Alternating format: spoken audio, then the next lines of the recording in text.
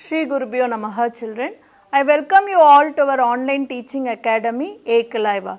This is class 12 biology and today we are going to start with the structure of antibodies. In our last video we saw about the types of acquired immunity, that is antibody mediated and cell mediated immunity. Antibody mediated immunity, it is because of the production of a protein called antibody in our blood. Okay. So, now we are going to see about the structure of antibody, which is an important 3-mark question in your board exam. Okay. So, before going into the structure of antibody, you should know some terms. Okay. So, antigen, already I told you antigen is nothing but any foreign substance which is entering your body, our body will consider it as a foreign substance.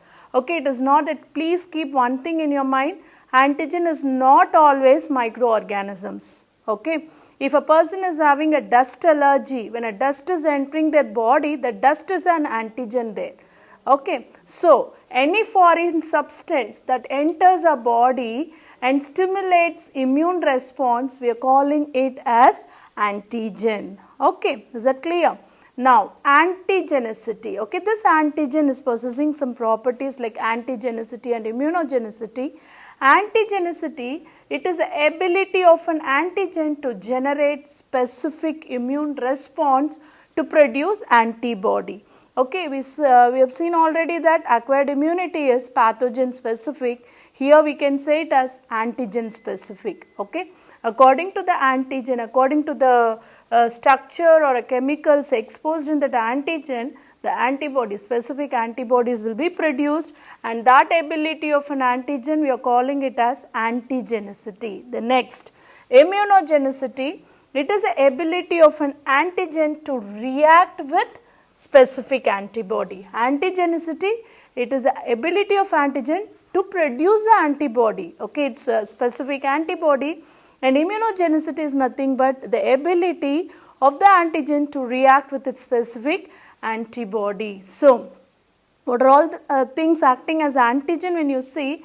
Biochemically, antigens are proteins, large polysaccharides, lipids, fatty acids or nucleic acids. Sometimes entire pathogen act as an antigen. When there is an infection with the disease causing organism, that time we can call that organism as a antigen.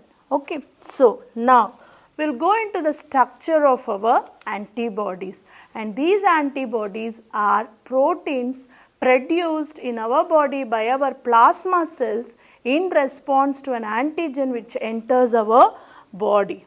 Okay. So, before going into the structure, we will see the types of antibodies. So, totally 5 important types of antibodies are there, and the key word to keep the types of antibodies in your mind is, please keep this in your mind, that is gamed. Okay, gamed, G-A-M-E-D. Okay, so 5 different types of antibody. IgG, IgA, already last video we have seen that antibodies are called immunoglobulins. Okay, immunoglobulins. Okay, so it is abbreviated to Ig. Okay, it is abbreviated to Ig, and based on the type of these 5 antibodies, we can write it like IgG. Okay, so IgG is present here. See here, IgG, IgA, IgD, IgE and IgM. So, this is a key word for you. 5 different types of antibody gamed: IgG, IgA, IgM, IgE and IgD. Okay. So, this is about our antibodies, and out of these 5 antibodies, our IgM is a pentamer. Okay, you can see. Okay, 1, 2, 3, 4, 5.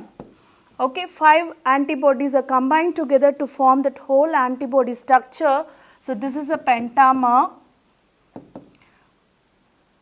Okay, and the largest one, and this IgA, when you see, it is a dimer.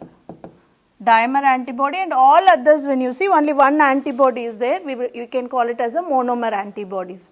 So these are the 5 different types of antibodies which are produced against antigenic response. Okay. So antibodies or immunoglobulins are the protein molecule that is produced in our body in response to the entry of antigen. So it is produced by B lymphocytes. Specifically, the B lymphocytes are converted into cells called plasma cells, and these cells are producing this antibody. Okay. So these antibody, as we have seen, 5 different types of antibodies are there.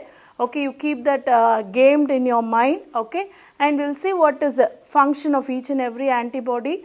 IgM, as I told you, it is a pentamer and it is a megaglobulin, largest globulin antibody, and this is the first antibody which reaches the injured site.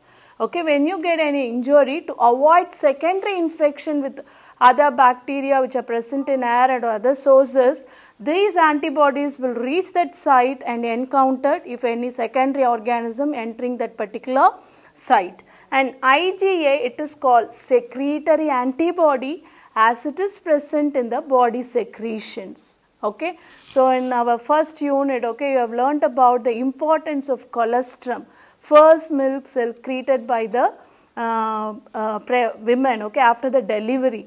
Okay, that colostrum, it is enriched with this IgA antibody, which is very, very, very good for the child. Okay, so that is the importance of colostrum, and it is secreted, it is present in the body secretion.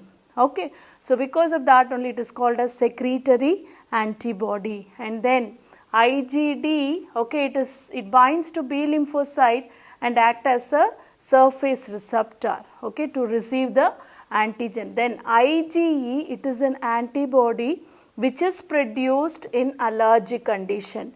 When a person is allergic to something in their body, there will be a provoke immune response which we are calling it as allergy, and in that allergy condition in the body of that particular person, this IgE antibody will be produced in more amount. Okay. Then IgG, very, very important antibody which is crossing our placental barrier, in the sense this is an antibody which crosses placenta and protects the fetus, that is from mother's blood this antibody can be given to the fetus by passing through that placenta. Okay. So this is about the importance of our 5 different antibodies. Okay. So now we will go into the structure of antibodies. So structure of antibodies, when you see each antibody, it is made up of 4 peptide chains. So antibodies are proteins. What do you mean by proteins? It is a long chain of amino acids. We are calling that long chain of amino acids as a peptide chain. Okay. So this each antibody, it is made up of 4 peptide chain. Out of that 4 peptide chain, 2 chains are small. So you can see here, this one and this one. They are small and they are called light chains. These chains are called light chain. Okay. And the other 2 are long. You can see this is a longer one and this is also a longer one. These long chains are called heavy chain. Okay, heavy chain. So to indicate it, we can simply write it as H2 and L2. That is 2 heavy chains and 2 light chains. Totally 4 peptide chains are there in the structure of antibody. And I told you that 5 different types of antibodies. Okay, they are classified based on the presence of a type of heavy chain. Okay, 5 different types of heavy chains are there. So what are those 5 different types of heavy chains? When you see, it is gamma. So if this gamma heavy chain is there, we will call that particular antibody as IgG. Then alpha, so the antibody is IgA. Okay. Then mu, that antibody is IgM. Then the next one is epsilon, that antibody is IgE. Then the next one is delta, So that antibody is IgD. So the antibodies are named based on the type of heavy chain what they are having. Okay, gamma heavy chain in the sense it is IgG, alpha in the sense IgM, mu in the sense IgM. Okay, so this is how based on the presence of a type of heavy chain the antibodies are named. And when you see about our light chain, okay, there will be two different kinds of light chain, that is kappa light chain and lambda light chain. Okay, kappa it is indicated with K and lambda you know what is the symbol. So this is about any one of this type of light chain will be there in the structure of antibody. So this is about the 4 polypeptide chains which are categorized into 2, that is heavy chain and light chain, in the structure of our antibodies. Okay, then the regions, various regions present in our antibody, when you see mainly it consists of a constant region and a variable region. Okay, you know what is the meaning of constant and variable. Okay, constant there won't be any change. So what is a constant region when you see in this structure? Okay, in this structure I am drawing a box and this part of our antibody it is constant, in the sense the amino acid sequence which are making this part of all the antibodies, it is similar, it is not going to change. Okay, so this sequence is same. See here, in constant region the amino acid sequence are constant and same in all antibodies. Okay, whereas in the variable region, so this is actually the variable region. So this part and this part they are variable region. So variable region there is going to be change in the amino acid which is deciding the specificity of that antibody, that is specificity of antibody against which antigen it is going to react, it is going to act. Okay, that action is decided by this variable region. So variable region, the amino acid sequences vary with different antibodies. So these are the 2 different regions of our antibody. Okay, so the variable region is present at the tip of Y arm. Usually what is the shape of our antibody when you see it is Y shaped. So at the tip of that Y arm our variable regions are present in the antibodies. Okay, the next one when you see, we are going to see the 2 different fragments formed in our antibody. So when you see this long chain and heavy chain, see here in this place, okay, where, okay, in this place there will be a region and this region is called hinge region. Hinge region, where the polypeptide chains are okay, flexible and so that they are forming that Y-shaped structure, and when these antibodies are treated with the enzyme called papain, this papain will go and act at that hinge region. Okay, it will go and act at that hinge region so that it will be producing 2 different types of fragments. And what are those fragments when you see? FAB fragments and FC fragment. FAB fragment and FC fragment. What is it FAB fragment when you see? Fragment antigen binding, that is a fragment. So this is actually FAB fragments, this one and this one. So totally 2 FAB fragments are there, and this is the fragment which is going to bind with our antigen. Okay, so 2 FAB fragment and other one is crystallizable fragment which get crystallized.